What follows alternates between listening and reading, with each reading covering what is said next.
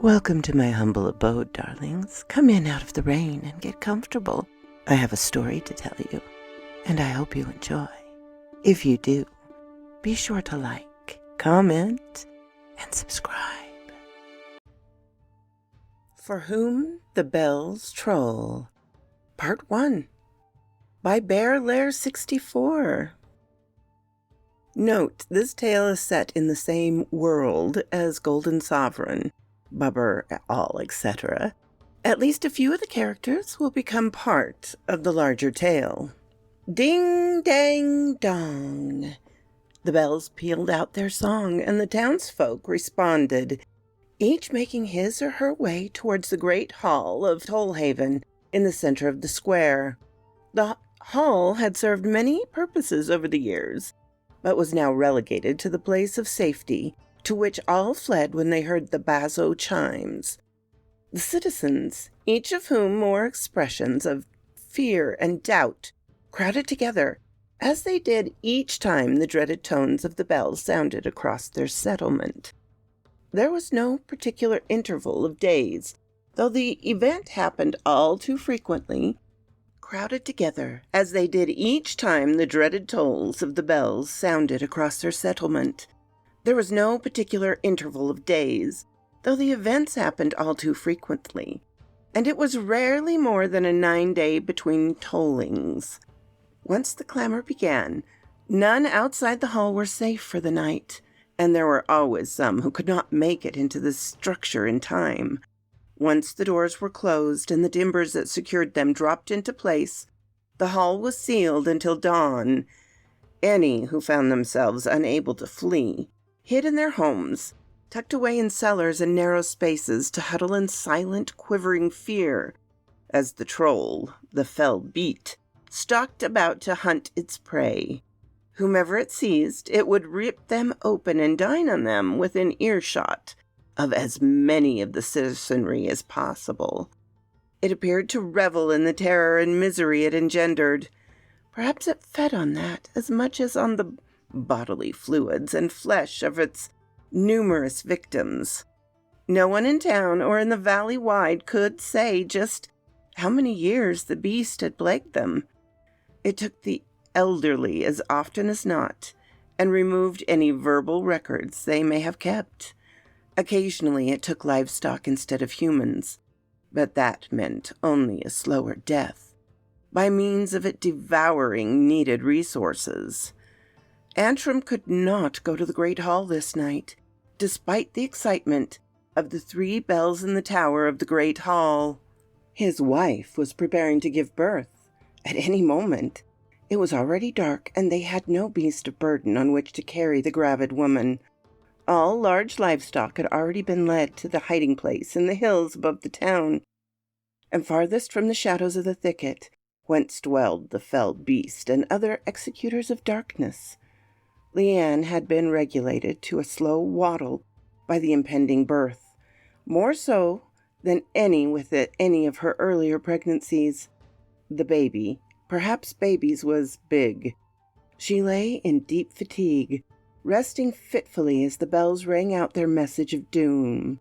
Worn by her stubborn refusal to set aside a portion of her daily chores necessary to running the household, he watched forlornly out of the window of their cottage as his brother escorted the other children, along with his own and his wife. Each of the little faces, frightened and drained, peered back at their father, wishing perhaps that he would run out and take them up in his arms as he had done so many previous times. He waved and hoped that he presented a brave and inspiring visage for his offspring.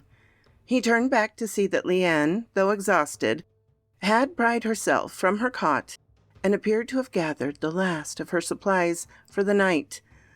The kids will be fine. Now, come help me to stumble down the stairs and into the cellar. She gazed over his shoulder and through the unglazed window. A storm is coming, and with it the troll. Antrim nodded and closed the shutter, then assisted his bride to and down the short stairway that led under their home. She winced once with a cramp, and he winced with her. afraid that her birthing pains would elicit cries of agony and draw the monster to their home. They had prepared for the night as best they could. There was bread in the cellar, and they'd already used the space to store cheese and other food that they could eat should the need arise. Once they were through the narrow, low doorway, Antrim turned and placed a thick quilt over the portal to dampen any sound they might make. Leanne's mother had made the quilt several years ago for just such an emergency. He rolled and scooted his largest barrel to rest in front of the door. The troll was large and strong, and no remnants of cellars from other victims' homes he'd witnessed lent him any confidence that such a brigade would stop it. Still, he owed it to his family, to his Leanne, to put forth every effort. He set his rusted militia spare against the wall at the bottom of the short stairwell. He was as ready as he could be. Halroth urged his mount forward in the deepening gloom of the roadway that wound near the thicket, a forest that engendered terror in all. Everyone spoke of how the spaces between the boles and briars were haunted by monsters and fell beings and creatures of supernatural origin. The smell of ozone and the distinct rumbles of thunder portended a coming storm. Hal was of a newly minted Royal Ranger of potassium, so he held little fear of such things, neither natural storms nor unnatural beasts. He'd been thoroughly trained to face all dangers. His trainers had so informed him. He patted his riding beast, Bettina, on her long neck, then glanced back over her shoulder to check on his horse and his attendants. His mount was a Strydak from the plains of Olyar, far to the south. She had been bred and trained in the stables of the Royal Rangers as a mount for a Royal Ranger, and he'd gotten her the day he was promoted to that lofty position. Bettina, the Strydak, could have easily outpaced any of them with her long leg stride and tough feet, with the stubby toes and thick nails. She was taller than the horses and mules, and possessed endurance and tenacity beyond their means.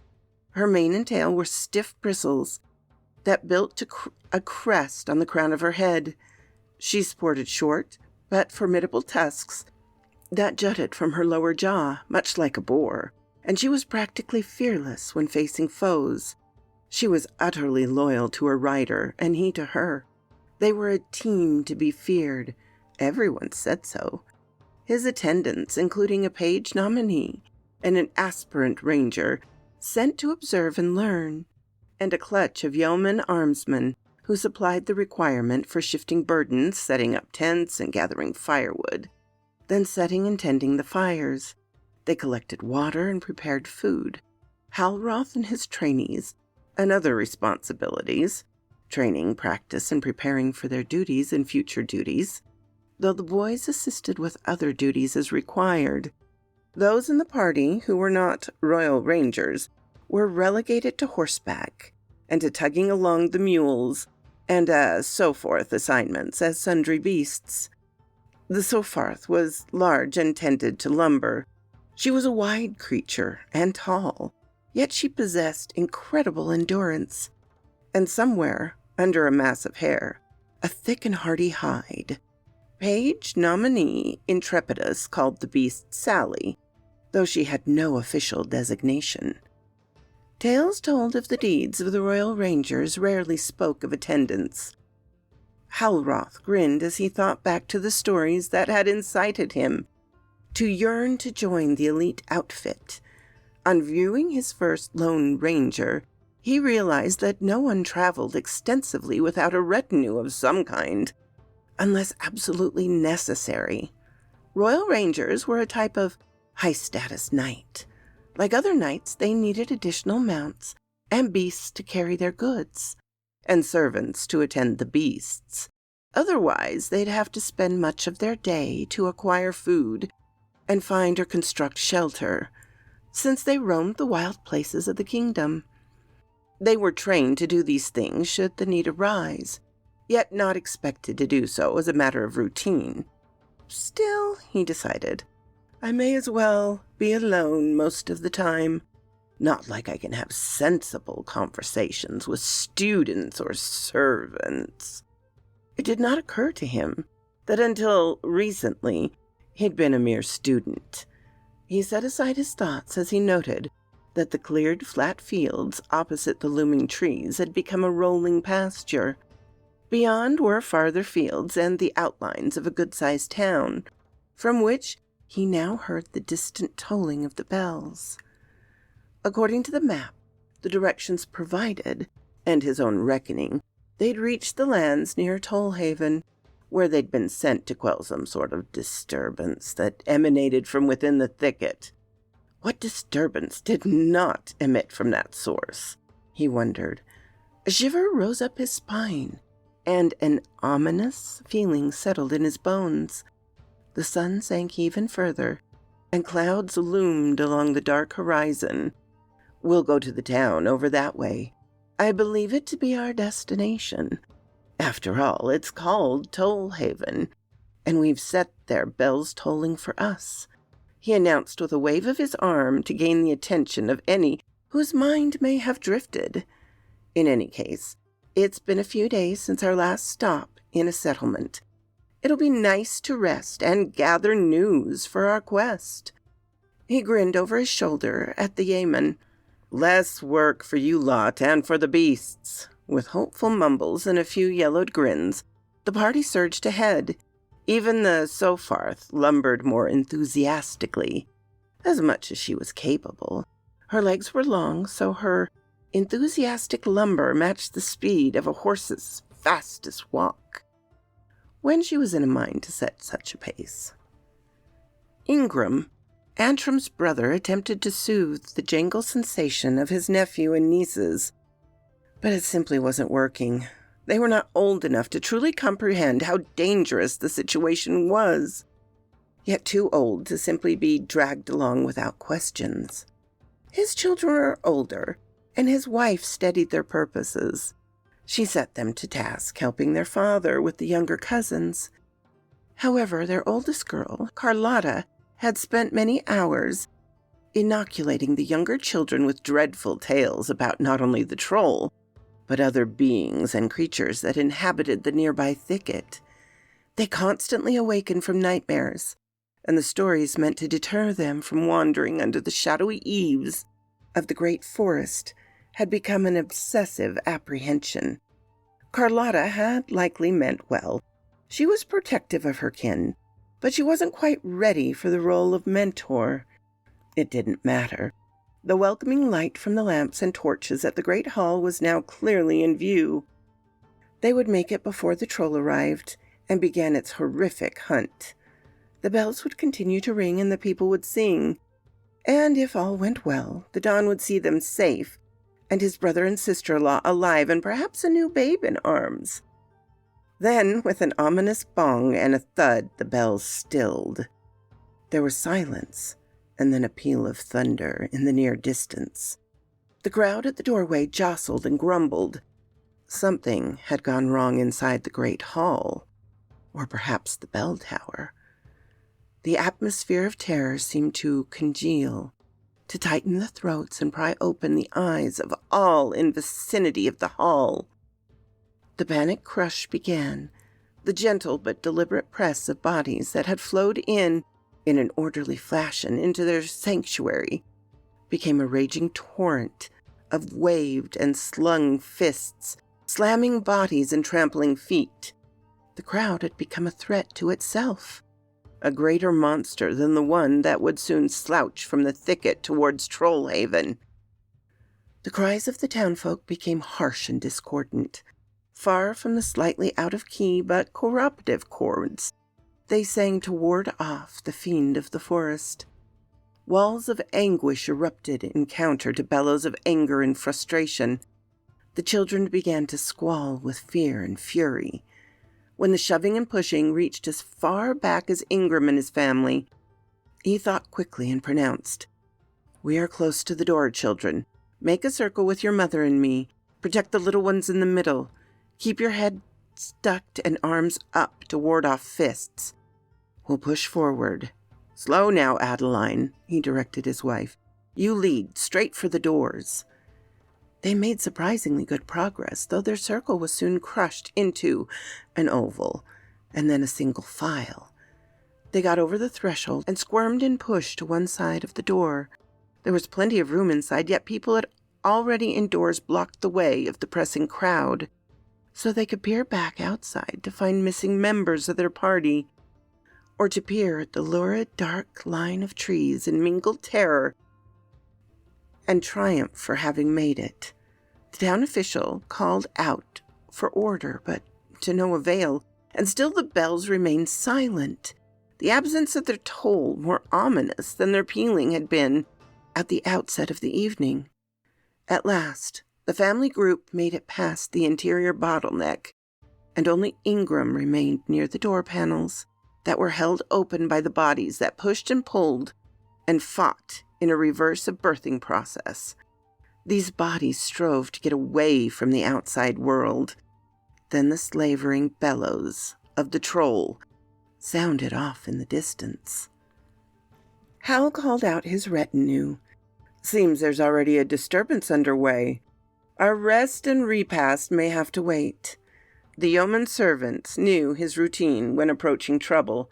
Cautious in mind, assume the worst, then slam face first into the problem like a bold young man. They strung their bows and tucked their quivers into place to be ready to dismount and support their ranger should the need arise. Pindred, the senior yeoman, spoke up to his young master. "Ranger, I know of this place. I grew up not too far from these parts. They told dreadful tales about it." Halroth stared at the older man for a moment, impatience rising.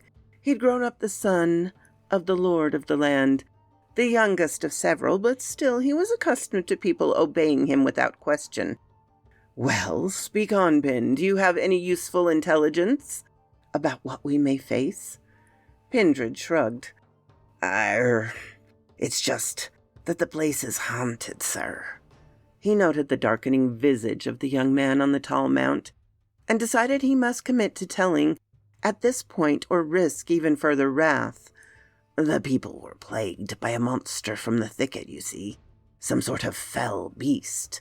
Most called it a troll. They say it come from the thicket and stumps along, cloven hooves clopping, all thunderous-like. It had a wet snout, and that upturned like a boar, with tusks along its heavy lower jaw, ears that were large and floppy like those of a hound. It got the horns of a ram and the mane of a donkey. Hair coats it from head to toe. Its tail is thick and swishy, all happy-like when it takes a victim. The claws on its hands are like scythes the farmer used to harvest grain. It reeks of graves and midden heaps, and the stench alone kills some. They say when it comes to town and picks a victim, well, they say no one ever escapes. It eats up anybody it picks, especially those who are here for a visit. That's why Tollhaven has an evil reputation, and people call it Trollhaven."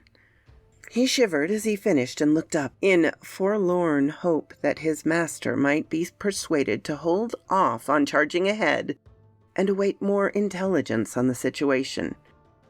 "So how do people know all this if none have survived an attack?" Hal asked his henchman. "Well, it's what everybody says. They must know." Pin shifted uneasily and studied Bettina's toes as the mounts trod nearly side by side, Pin's horse having to step up his pace a little. Perhaps they have caught a glimpse of the silhouette as it passed in the night. Maybe a small glimpse out of the window?" Hal inquired, a bit sarcastically. "Oh, no, certainly not. To see it would bring instant death, sir." Pin marched his expression to horror in his tone and knuckled his forehead in salute. "So how does anyone know what it looks like if they die when they see it?" Hal asked. Triumph over ignorance asserted itself over growing annoyance at the pointless banter. "Well, it's what everybody says. It's been happening so long." Pin finished lamely. Hal grinned. Well then, it's past time we investigate and rescue them from the fell beast, as we're charged to. He smirked at Pin. If it's simply some fool ringing a bell, as I suspect, then we shall. He quieted and surveyed the area around them. Do you hear?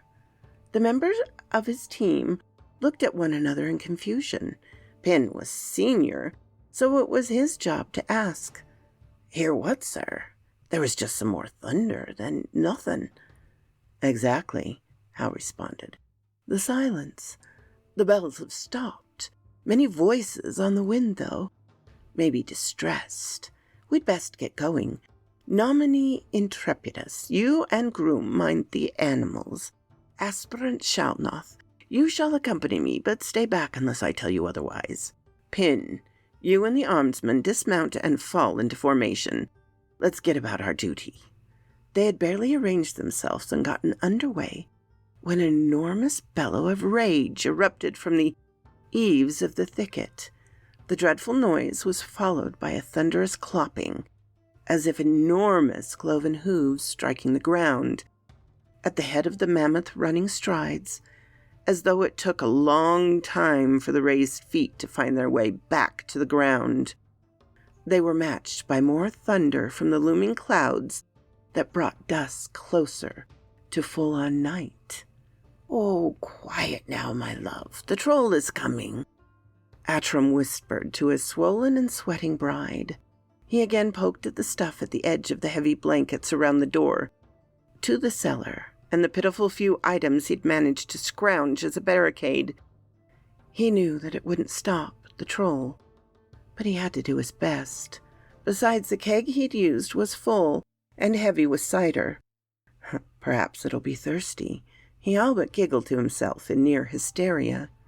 Leanne, who had been quiet for some time, let out a squeak and a small moan. Antrim assumed it was from the dread, yet when he turned to his wife, he saw the fluid was dripping from her. Her water had broken, and labor had begun. She met her husband's eyes and shook her head, then picked up a piece of soft wood wrapped in cloth and stuffed it into her mouth to stifle any involuntary cries or further squeak moans. Antrim's heart swelled with pride at the bravery and practicality she displayed. He nodded silently and pasted on a smile he hoped was more encouraging than he felt. He helped her onto the cot he'd arranged earlier, and they began their night of terror and pain. There wasn't much for him to do in the initial phase, so he just held Leanne's hand and did his best to comfort her when the contractions struck. In the meantime, he'd strained to hear the inevitable sound of mayhem from outside their walls. He was disgusted with himself when, for a moment, he had hoped that some other poor soul had strayed beyond the great hall, and the troll would catch and devour that person and leave he and his wife in peace. He amended the uncharitable thought to hope that it was an older person, someone who had already lived a long life. Maybe they were sickly, but would die quickly, less pain than a long, ignominious decline. He felt better about himself immediately. Then he noted something odd. Leanne, in between contractions, looked over at him, and he said, sotto voce, "The bells, they've stopped, but the storm grows closer. It's an odd night indeed." Neither of them knew what to think, only that with no bells, the troll would be free to roam the entire settlement and devour or simply murder anyone it found. There was an understanding about these things. It was common knowledge. It was the first time that the townsfolk had not held up their end of the ritual. Antrim only hoped that they would sing the song and keep the troll away from the hall and their children. A brief thought flashed across his mind. Perhaps I should not have wished ill on others. Even as the disturbing thought arose, he heard the distant sound of struggle and fear from his peers, and soon detected the roars and footfall of the ancient foe, tromping its way to the town. The troll was confused. The gong that announced his impending supper had ceased. It normally rang for him all the way through his repast, while the two-legged sheep sang to him to soothe his guts as he devoured one or two of their kind. He heard trilling sounds of fear from his herd of sheeple, yet he felt sad that they had not begun to sing him the nice music. Being a troll of a certain species, not one of the clever types, his confusion and sadness soon morphed into outrage and anger, a natural state for the unintelligent. His faltering pace resolved into a dedicated run. The red of his eyes would match what he intended to spill on the ground, and the splash of the structures of the village, the ear-splitting crack from the sky, and the illuminating flash that accompanied it, fired his rage all the more. Then he heard something that impinged on his senses and slowed his pace. It was a light sound, not unlike the bells, but different. It was not pleasant. It lacked the bone-rattling bass of the bells. Instead, it shrilled in his ears. In the regular flashes of cobalt light, he detected figures at the end of the main street through the town. One was mounted on a tall, fierce beast that looked like it would have tough meat to chew. The others had fallen into a group just before the first fat raindrops fell, and in between the slashing lights from above, he felt the stings of clothyard shafts driven by heavy war bows. They pummeled him and caused him to raise his arms to protect his eyes. He felt a tremulous, stinging pain in the side of his chest as the long-legged beast stormed past and its rider broke off a long lance and left part of it hanging in his flesh. The stings had stopped coming just ahead of the lance impact. He was very confused. This was not part of the agreement he and his mother had made with Tollhaven elders. Not part of the game. And not at all fair. Ingram turned back into the interior and ushered his family towards the front of the building. Farthest from the door, others had come to the same conclusion, so that the end of the building quickly became crowded. Shouts and queries arose. "Where are the bells? Without the bells, we're doomed! Find the bell ringers!" A gaggle of voices made the entire situation even more tense and confusing. Unbeknownst to the members of the incredibly unruly crowd, the bell ringers and the direction of the elders, those selected to rule on day-to-day matters and to represent the townfolk of outsiders, were furiously working on the problem. One of the frames that held up one of the three bells had come loose from its socket. The bell ringer had continued to tug furiously, hanging on the rope and tugging with the weight of his entire body. Unfortunately for him, the rope gave way before the partial bracing that still held the bell and kept it from plummeting down the tower. The other two bells could no longer move freely in the belfry, and the other two ringers, seeing their fellows sprawled on the floor, rubbing at sore places on which he'd fallen after the rope betrayed his trust, determined that it was a good idea for them to stop furiously yanking on their ropes. The elders filed into the space at the base of the tower. They were often gathered out of earshot of crowds inside the great hall, and began to shout questions and then imperceptions, and caused more confusion and angst, and the pressure brought to bear by their combination wrath ensured that the bell ringers were too confused and fearful to do much of anything at first. Finally, old Bully the Butcher managed to yell over the rest with his deep, trumpeting tones. "Ringers to me!" He turned to East the Baker, one of his fellow elders. "Get the people settled and singing while we fix the bells." Some of the elders may have resented Bully taking charge, but none objected out loud. For one, the plan made sense, and for two, Bully would likely sock them in the mouth if they spoke against him. He'd get away with it, too, since it was an official emergency. Bully placed hands on two of the ringers and used them to corral the third. He quickly examined the young man and picked the most likely lad. "Take your companions and climb up to set the remaining bells to ringing."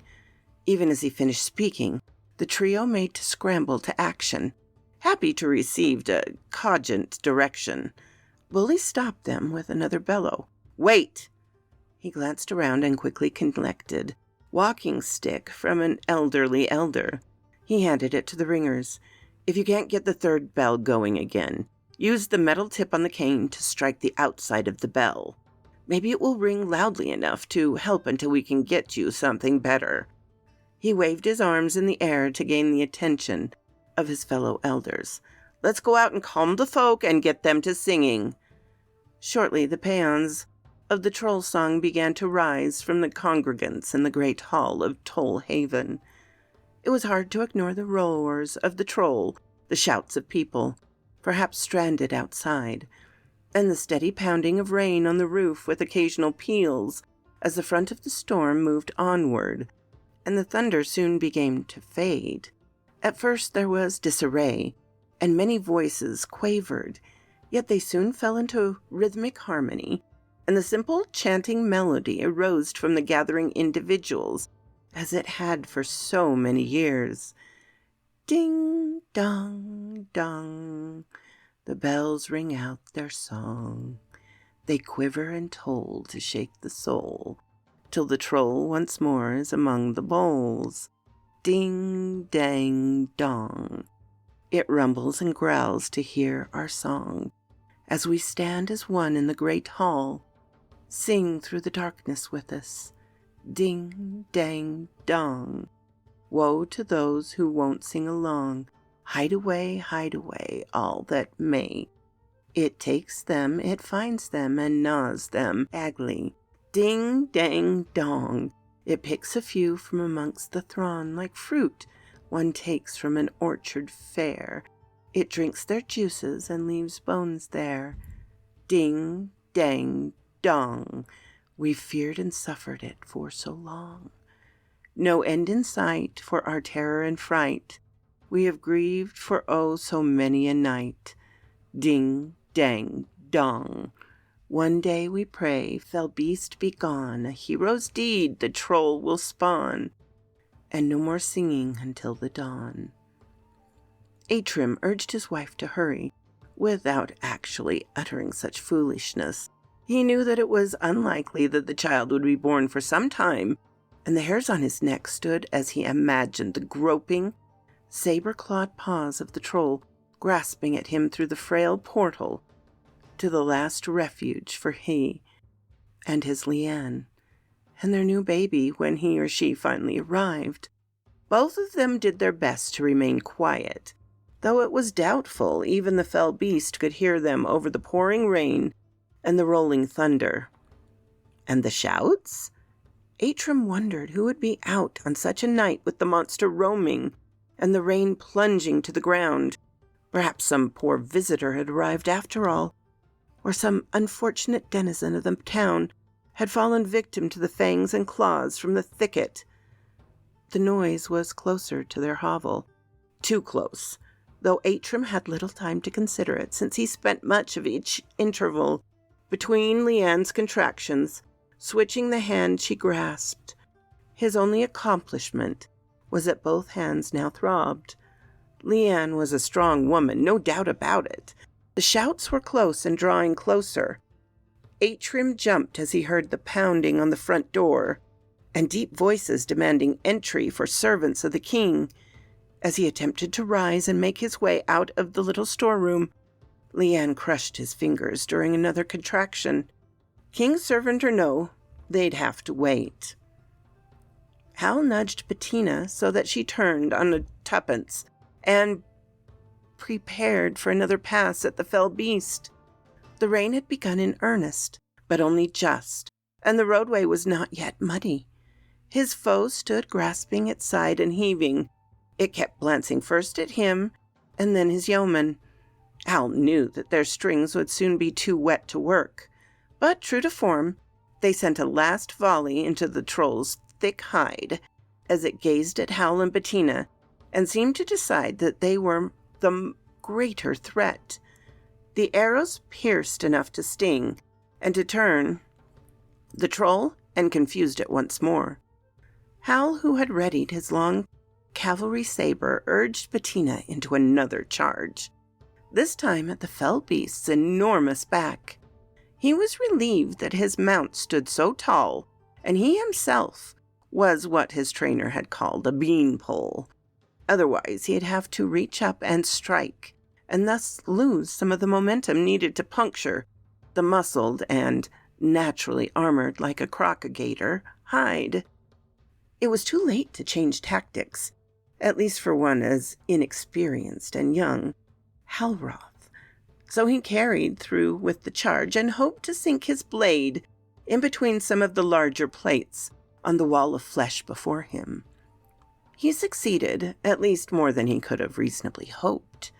The tip of his fine and expensive saber broke off in between two enormous scales as easily as his lance had snapped on the initial charge. His troop had put away their bows, quickly but carefully, had drawn their short, fascine blades in preparation to fight if need be. A man on each flank sported a spear, as did aspirant ranger Shalnoth. Hal would have to draw on a different weapon, the horseman's axe that hung from a sling on his back. He'd come armed for anything and whispered gratitude to his trainers and his father, all of whom used to curse for making him carry such unnecessary burdens. Now he readied his weapon, but the troll had clearly opted for an easier opponent, a more convenient meal. It bellowed its rage at Hal and his contingent, and then pounded and splashed its way towards the great hall, even as the first weak tones of the bells resumed. "It's coming! Seal the doors!" And other similar dreaded verbal expulsions filled the interior of the great hall as the enormous figure thumped and thundered its way through the dark and the steady rain that pelted and soaked everything in the area. The doors were soon closed and braced for the inevitable crash of the fell beast against the solid but invulnerable panels. 2 bells had begun to toll, had done so weakly at first, until someone had produced a hammer for the 3rd bell ringer. The instrument rang from the brazen form of the fallen bell, and the elders encouraged the crowd to sing loudly and enthusiastically, even as they themselves backed into the base of the tower, at last the safest refuge from their mortal foe.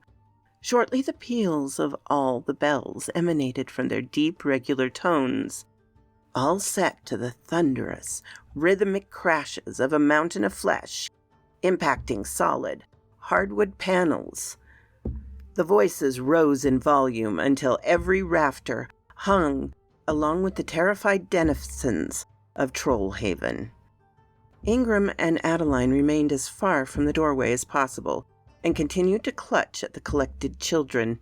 Atrim would occasionally catch the eye of one of his children, or those of his nephew and nieces, and with his eyes, his actions, and his every will, encouraged them to sing with all their might, no matter how silly the lyrics. A flash of concern crossed his mind for his brother, his sister-in-law, and their newest child. He hoped that the troll would remain occupied here at the great hall.